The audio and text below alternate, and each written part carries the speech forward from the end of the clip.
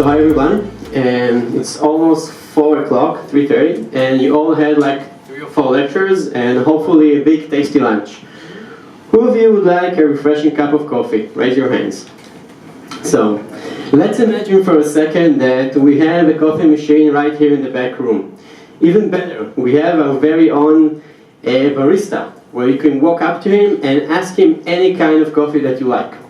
You'll probably go ahead and ask something like, I would like to have an espresso or a cappuccino. The barista will look at you, say, okay, sounds cool, go out the back and prepare one for you. And you walk away happy. The entire process between you and the barista was super easy. You had to use one magic word, espresso, macchiato, and the barista immediately understood what you meant. You didn't have to specify to him, I would like to have a glass of hot water with 2 sugars and 1 milk. He knew what you were saying because you spoke the same language. You all had the common vocabulary. So, even better, once you've established the building blocks of your common vocabulary between you and the barista, you can turn 1 cup of coffee into multiple different cup of coffees.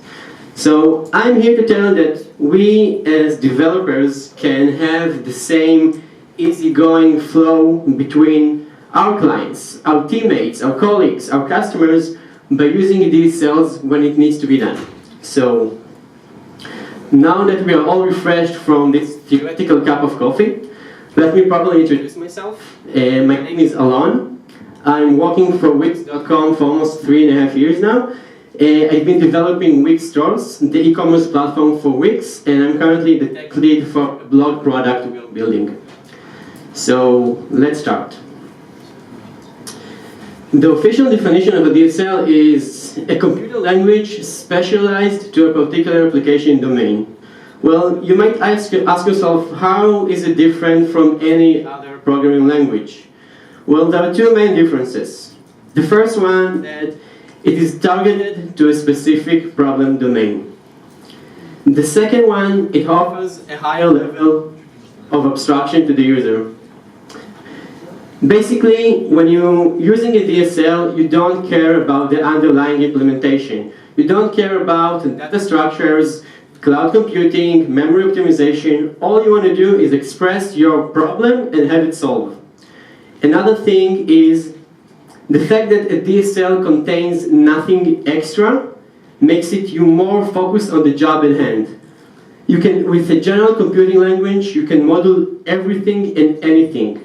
With a DSL, you can model only one thing, but you can do it in a much more expressive way. Basically, DSLs are made to fit their purpose only. Let's see a few examples of DSLs. So the first one is the coffee DSL. I claim this is a DSL because we have all the building blocks and the common vocabulary we need to build from this one lots of other different cups of coffees. We have our units of measure, 1 cup, 1 teaspoon. We have our ingredients, milk, sugar, brewed coffee. All together combined, we are solving a problem, the problem of how can we make additional cup of coffees. Another well-known DSL is MySQL.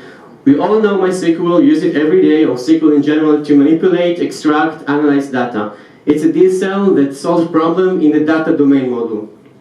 The third one is CSS. CSS is a DSL that allows us to describe the behavior and look of web components. All of the 3 DSLs I showed you have something in common. They all try to solve one specific problem and one specific problem only. So, if we take a step back and look at the process we had with the barista, it's pretty similar to the same thing we have as developers. We are trying to get from the problem domain to the solution implementation. Only the mapping from A to B is not always that easy. It's not always that easy because of complexity. There are 2 types of complexity, essential complexity and accidental complexity. The essential complexity is the heart of the problem we're trying to solve. This is the main issue we are trying to tackle. Whatever we do, whatever way we choose to implement the solution, it will still be a hard problem. Examples for essential complexities are sending a rocket to space, building a search engine, supporting high load of traffic. On the other hand, we have accidental complexity. Accidental complexity is something we introduce to the code every time we make a decision, every time we choose to implement something in A instead of B. This is something we can control. Examples for accidental complexities are writing unclear code, over-engineering, or using the wrong tool for the job. Well, my claim is by using DSLs, we can reduce the accidental complexity of our code. Let's see an example, for instance. Here you see a test written in JUnit. Don't go into details, just take a higher look at the test. It has some asserts, it has some defaults, and basically without going into details and really digging in 3 lines of code, I can't understand what does this test do.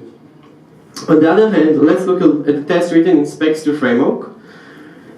Look at the assertion, it's almost English-like. Specs2, by the way, is a framework for testing Scala stuff. You can literally just read it as plain English. Hello world must have size of 11. Hello world must start with hello. I can take this code to any guy on the street and ask him, do you understand what does it do? And after he says to me, fuck off, he will probably say, yeah, I kind of understand what you're trying to do. Because it's really like English. It's simple. The DSL here lets you express yourself in a very clear way. So, after we've seen what DSLs are and we saw what are the benefits, reducing the complexity of our code, let's think of a language we can use to implement DSLs. Well, this is a Scala conference, so why not use Scala? Scala gives us some really cool, neat features that allows us to write simple, clear code that allows us to express our intent very, very easily. Let's see what are the benefits of Scala for DSLs. Well, it has a flexible syntax. You don't have to use dot operations when you invoke method. It's semicolon inference, optional parentheses, and it's type inference. You don't have to mention any types. All these combined, sorry about all the stuff mixed up, it wasn't supposed to be like that. All this stuff combined allows you to write less stuff on the screen, less boilerplate code, and it's much clearer.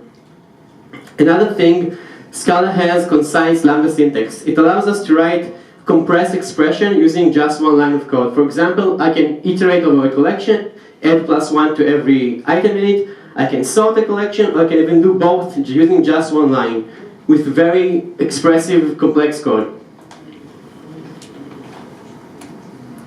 Another cool thing we have in Scala that will help us in building a DSL are case classes. Case classes are perfect for domain abstraction, for representing our domain in classes or object. It has two neat features such as default arguments. I can initiate an object already with its default values and take the burden from the user who's trying to use the object. And also it has named argument. It's very clear when you initiate an object and say first equals James, last equals Bond, what's happening inside it. What you're trying to intend, what you're trying to express. Another very important thing are Scala Implicits. You all probably heard implicits like 10 times already, but I'll just give you a simple overview. Implicits are methods and fields that are auto-wired by the Scala compiler by looking for a matching signature in the current scope.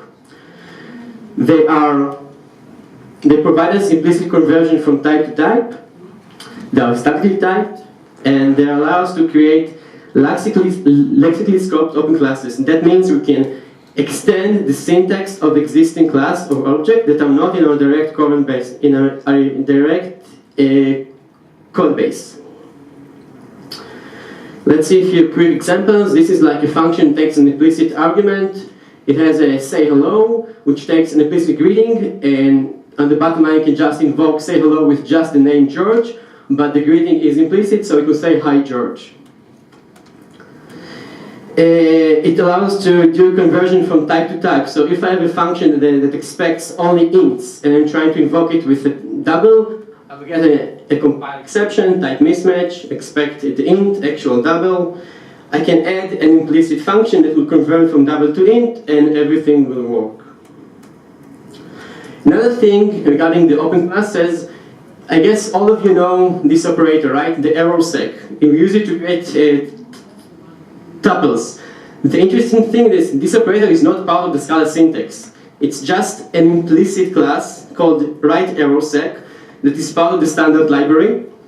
What it does, it allows you to take basically every self A and operate on it the right arrow, either the long one or the short one, to create a tuple with B. That's why you can create tuples of anything basically in Scala, from string to strings, from strings to ints, and such as and such as. So those are where we saw a bunch of stuff that Scala gives us.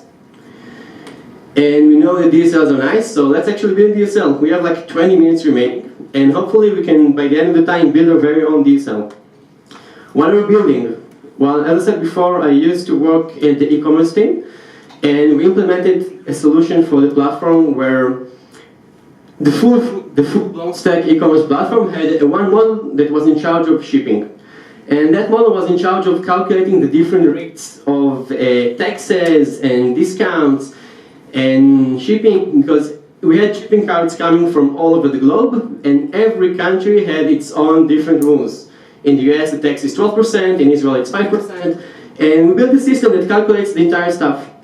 And we did it, we implemented it, we used some traits, interface classes, it's working, it's online, but every time I had to go in that code and like try really realize all the logic behind it, it took me like 5 and 10 minutes just to get the logical stuff that goes on inside of it.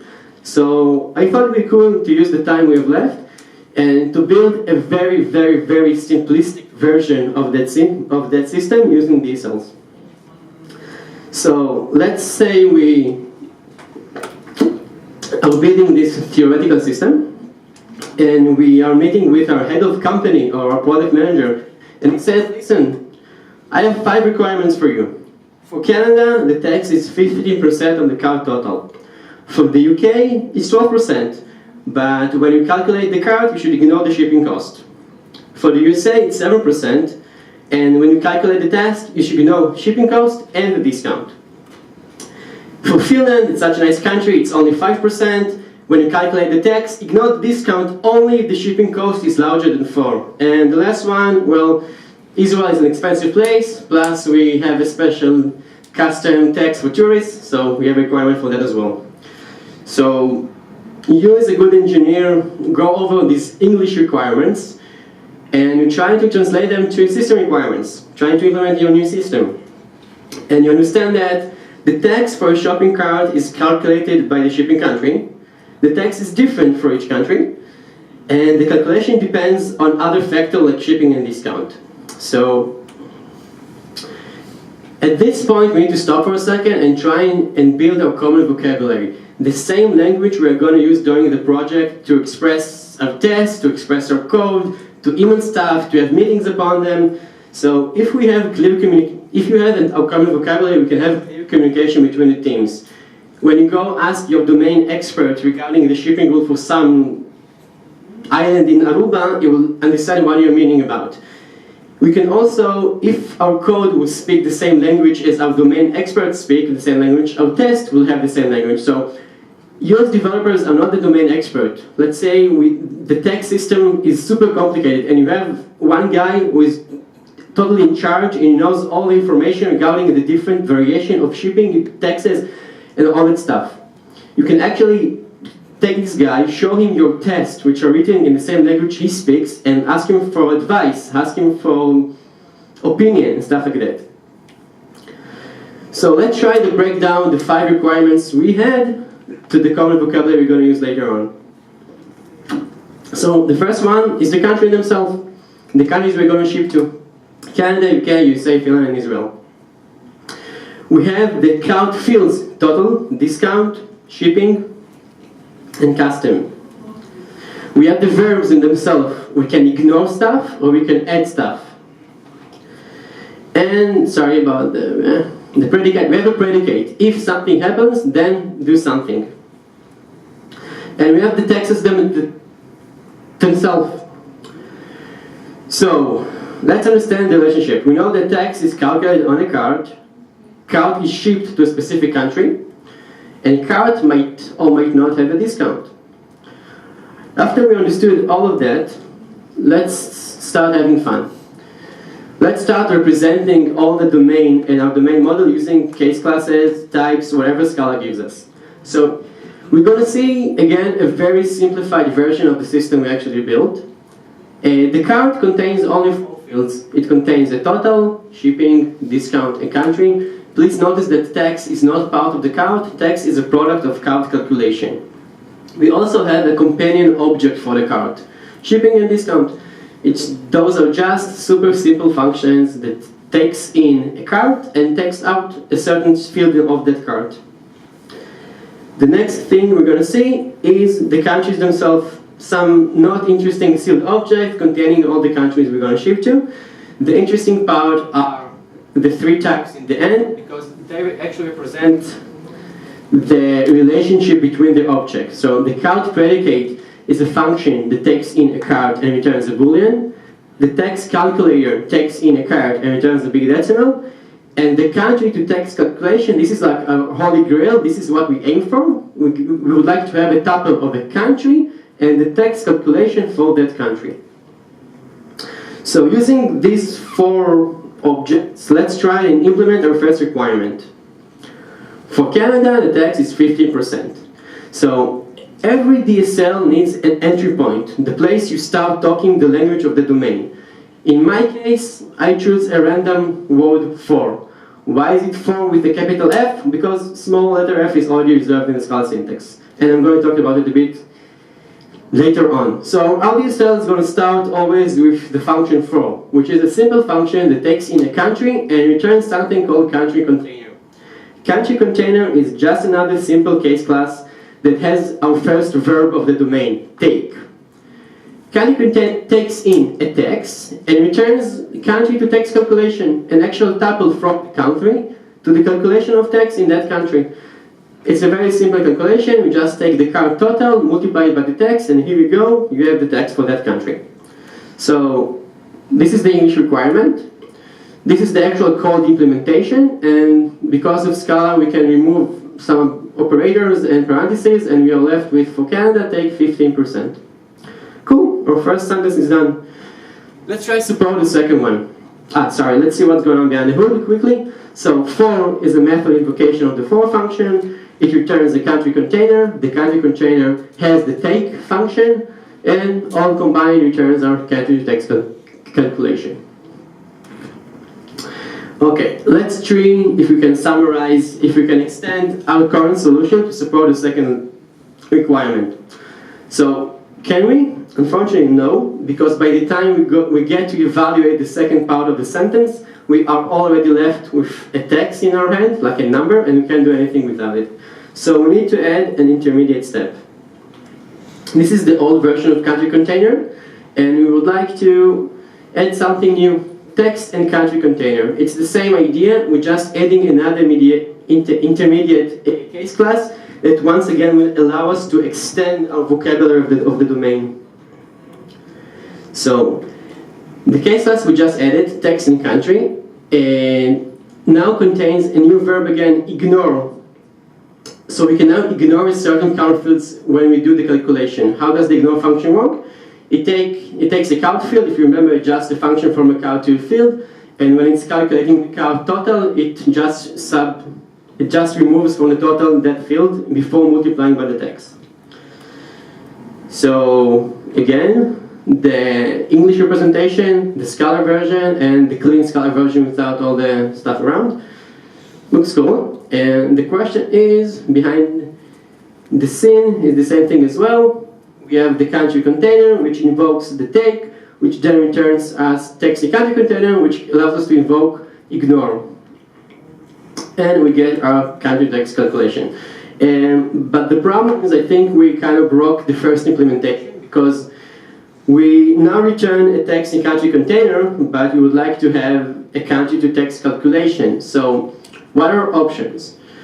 Luckily for Scala, we can use implicits and just convert the type from text in country container to the type we would like to expect. So we just add a simple implicit function that converts from country to text calculation and gets us to the text in country calculation we need. So because the calculation we need does not require removing or adding or doing anything else, it's just a simple conversion from type to type with the same logic of the multiplication of the totals.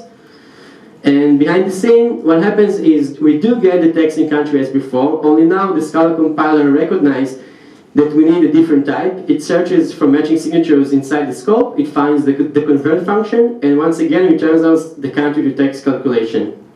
So we now support these two functions, these two sentences.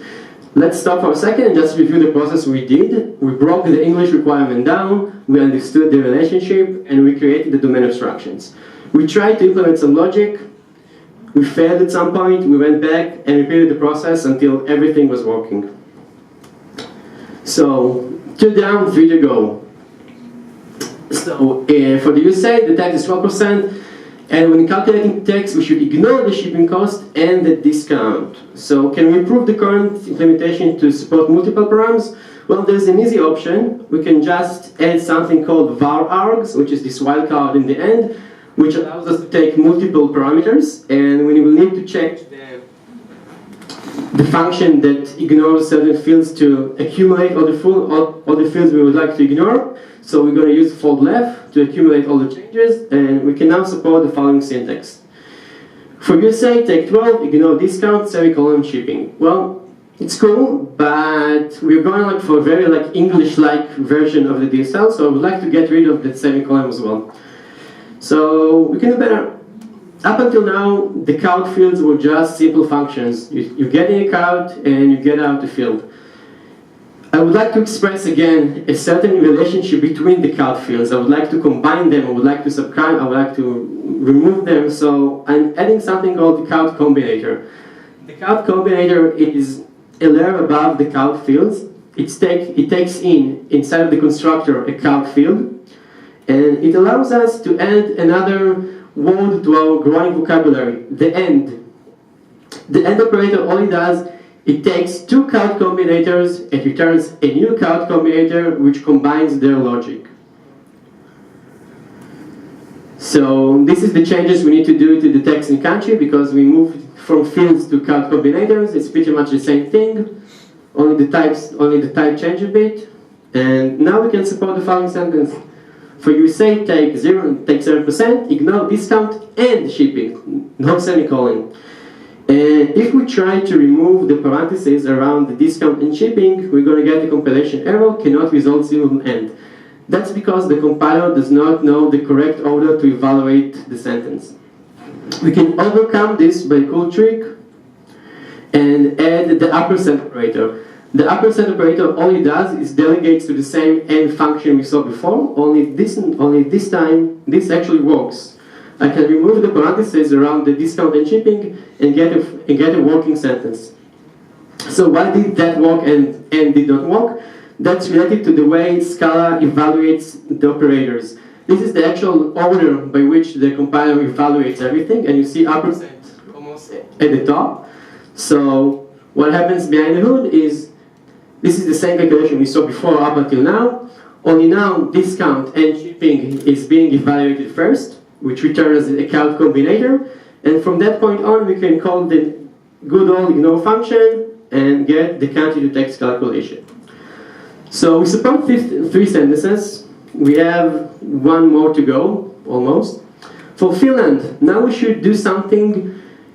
The tax is 5%, and when you calculate the tax, you should ignore the discount if shipping cost is larger than 4. So we have a predicate. We need to support the predicates now. Luckily for us, we already did the hard work and introduced the CartCombinator. So we can now just extend it a bit and add the if to it. If it's a function that takes in a predicate. If the predicate is correct, it returns the count field. Otherwise, it returns 0. We can also add the greater than predicate, which checks if a certain field of the count is greater than the value it expects to be. And all of that combined gives us the full CartCombinator with its full vocabulary.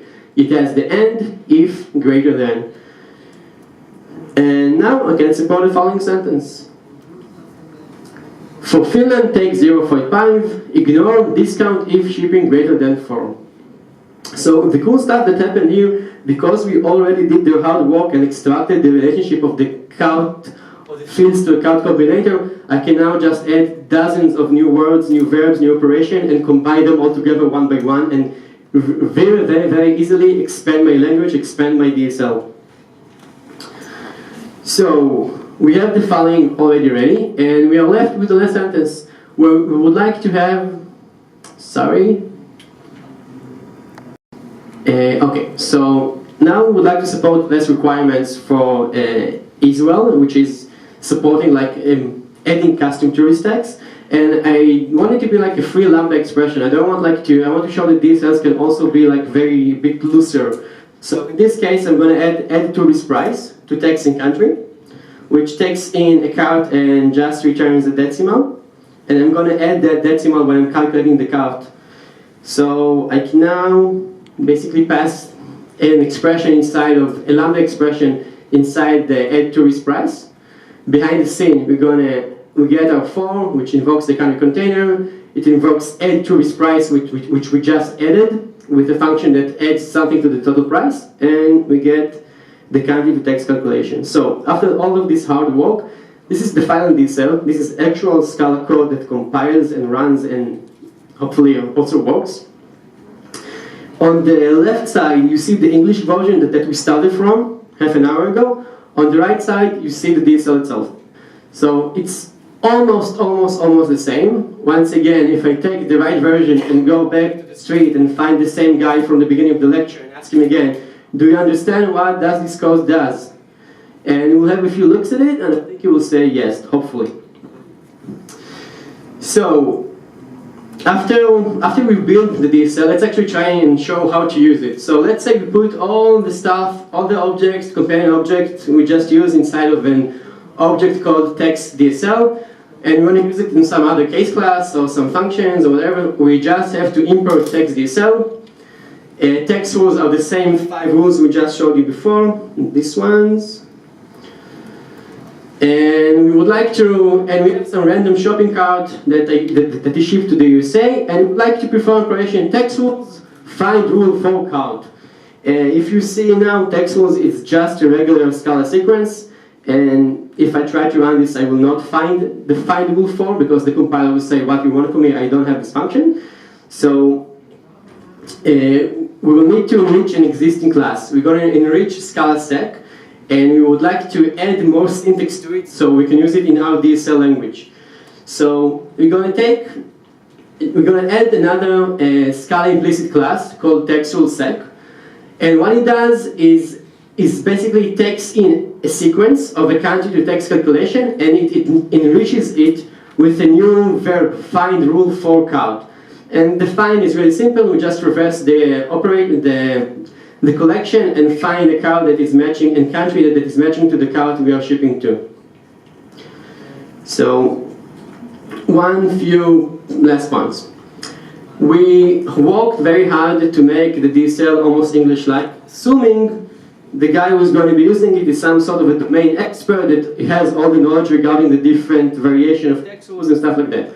So, although it sounds like English, it looks like English, it's really important to remember that the arrows, it's still code. We still produce arrows, it can still throw exceptions, so the arrows and the exception should be in the same language of the DSL. Don't throw like array out of stack or out of memory or whatever, throw like text cannot be null, or text must be a positive value. So even the arrows speak the same language of the DSL, which is, by the way, is true for every API we build.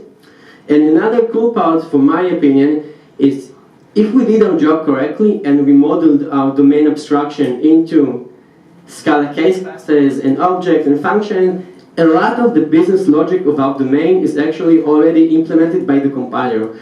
Because if you try to do something that is illegal, we're going to try and ship a discount or try to add to a cart something that does not belong to, we're going to get, during the composition of the business rules, we're going to get a compilation error, which is something very powerful.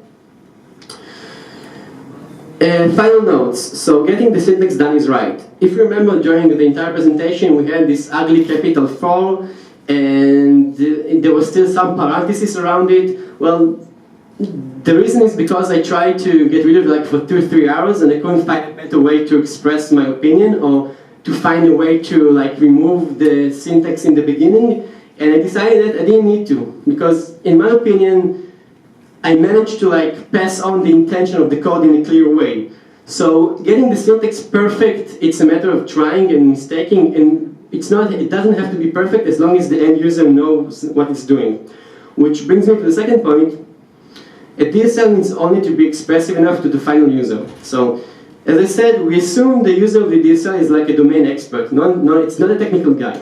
But if we as developers are building a DSL that should start like 8 Amazon cloud computing engines, we don't have to go all that effort like removing the parentheses and semicolons. We just want to express the meaning of the operation in the domain language that the user will understand.